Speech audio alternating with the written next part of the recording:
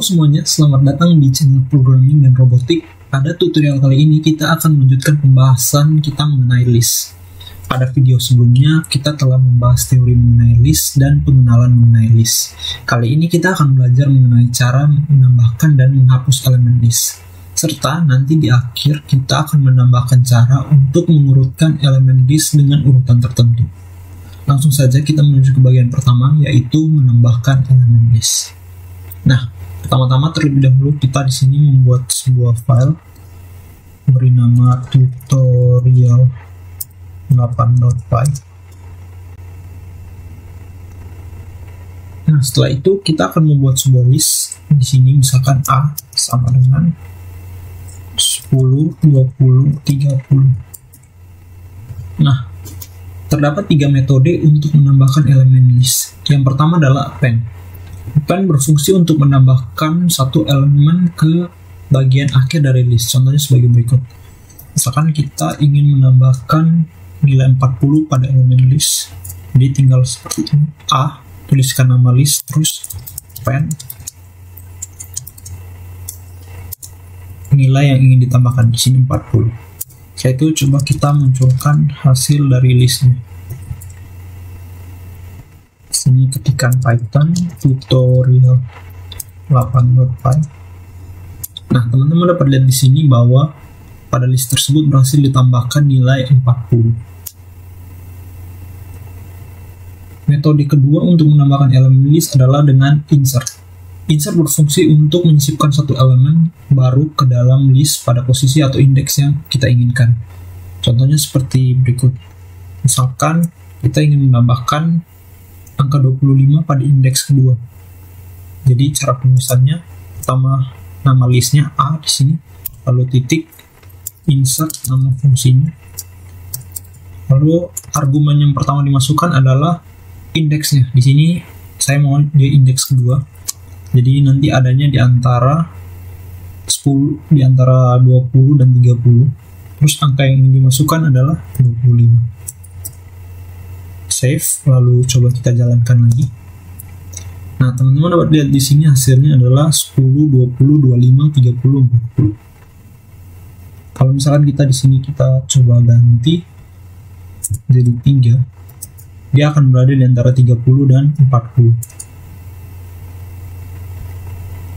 Kita kembalikan lagi jadi 2. Oke. Itu untuk insert. Lalu metode selanjutnya adalah dengan menggunakan fungsi extend. Extend sendiri berarti fungsi untuk menggabungkan suatu list dengan list atau data berkelompok lainnya. Contohnya di sini misalkan kita punya list yang kedua, namanya B. Isinya adalah angka 50 dan 60. Nah, lalu kita di sini mau bertujuan untuk menambahkan list B ini ke dalam list A. Caranya cukup mengetikkan nama list yang ingin dimasukkan, maksudnya list yang akan dimasukkan. Jadi kalau A ditambahkan ke B berarti nama A duluan yang ditulis, lalu dot, di sini ditambahkan extend fungsinya, lalu yang di extend itu apa? Yang di extend itu list B. Oke, lalu save, kita coba jalankan lagi. Nah, di sini dapat teman-teman lihat list yang tadi ada di B, 50 dan 60, berhasil dimasukkan ke A. Sehingga nilainya menjadi 10, 20, 25, 30, 40, 50, 60. Seperti itu. Jadi demikianlah 3 metode untuk menambahkan elemen list. Selanjutnya, kita akan menghapus elemen list. Untuk menghapus elemen list juga terdapat 3 metode. Metode yang pertama adalah del, di mana berfungsi untuk menghapus elemen list yang terletak pada indeks tertentu. Contohnya sebagai berikut. Misalkan kita ingin menghapus list A yang berada pada indeks 2. Jadi cara tulisnya del spasi nama listnya, lalu indeks berapa? Sini 2. Lalu coba kita print lagi. Print A. Jadi di sini hasilnya keluarannya akan menampilkan data sebelum dihapus dan data setelah dihapus. Hasilnya adalah sebagai berikut. Nah, teman-teman dapat melihat di sini awalnya itu angka 25 ada, Lalu setelah dihapus elemen list indeks kedua, di sini berarti angka 25, maka di yang keduanya ini hanya muncul 10, 20, langsung dilanjutkan ke 30. Itu untuk del. Lalu selanjutnya ada metode lain lagi yang dinamakan dengan remove. Jadi ini fungsi remove. Nah, remove sendiri digunakan untuk menghapus elemen dengan nilai tertentu yang terdapat di dalam list. Contohnya kita akan menghapus elemen list yang bernilai 10. Maka dia akan mencari nilai 10 tersebut lalu menghapus. Nah, di sini kita tambahkan cara penggunaannya. Ketik nama fungsinya, nama listnya, lalu dot remove nama fungsinya. Lalu nilai berapa yang ingin dihapus? Di sini misalkan kita mau hapus nilai 10. Kita coba lagi. Hasilnya sebagai berikut. Nah, di sini nanti hasilnya beda dengan yang tadi. Ini angka 10-nya udah hilang dengan di atas. Kalau misalkan kita ganti di sini misalkan 60. Nah, nilai 60-nya berhasil dihilangkan. Lalu gimana kalau contoh kasusnya dia punya dua nilai yang sama dalam satu list? Coba ya. Jadi saya tambahkan di sini nilai 20 di dalam elemen list A sehingga nilai 20 ada 2. Lalu di sini kita mau coba hapus nilai 20. Save, lalu run lagi. Teman-teman dapat lihat dia akan menghapus nilai salah satu dari nilai 20 tersebut aja. Dalam kasus ini dia menghapus yang 20 yang ada di antara 25 dan 30 yang di sini. Jadi dia menghapus nilai 20 yang terakhir. Kita kembalikan lagi. Saya hapus yang 20. Lalu di sini tadi 10. Nah, itu untuk metode yang kedua. Lalu untuk metode terakhir untuk menghapus list dinamakan dengan pop. Jadi pop ini akan menghapus elemen list yang terletak di paling akhir. Contohnya sebagai berikut. Misalkan dalam list yang kita buat ini kan nilai terakhirnya 60. Nah, dengan menggunakan fungsi pop, dia langsung menghapus nilai 60 tersebut.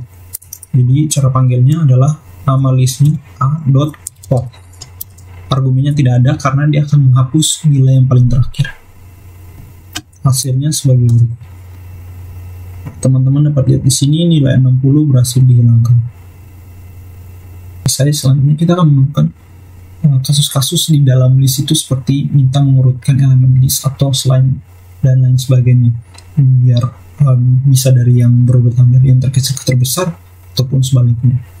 Berikut adalah beberapa metode yang digunakan untuk mengurutkan elemen list. Metode yang pertama adalah dengan menggunakan fungsi sorted, tulisannya SORTED. Fungsi ini merupakan fungsi terpisah dari kelas list. Jadi contohnya, misalkan kita komentar semuanya dulu. Lalu misalkan kita punya sebuah list baru namanya S dengan nilainya adalah 50, 10, 40, 20, dan 30. Jadi nilainya tidak berurutan. Lalu kita diminta untuk mengurutkannya dari yang terkecil ke terbesar. Maka kodingannya akan sebagai berikut. Jadi misalkan kita buat hasil sortnya itu sort list, kita namakan di sini. Nah, lalu panggil fungsinya sort. Lalu apa yang disort di sini adalah si S, list S. Lalu kita print sort listnya. Di sini nanti akan mengurutkan elemen list tersebut dari yang terkecil ke yang terbesar. Hasilnya sebagai berikut. Lihat, hasilnya jadi 10, 20, 30, 40, 50. Coba kita print sebelum di sort.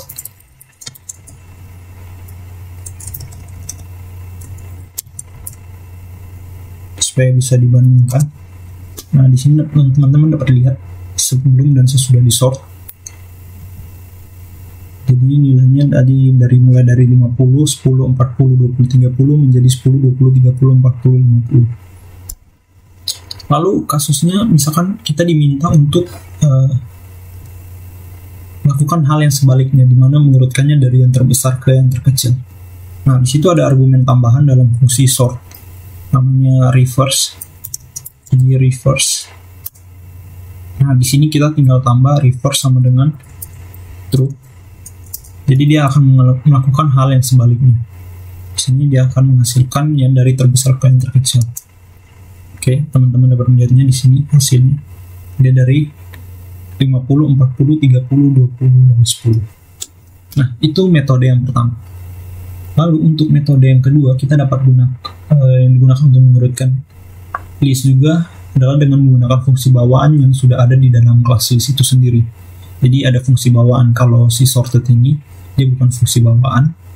Nah, kalau yang satu ini adalah menggunakan fungsi bawaan dari list. Argumen yang terdapat dalam fungsi itu dinamakan fungsi sort yang ada di dalam list ini.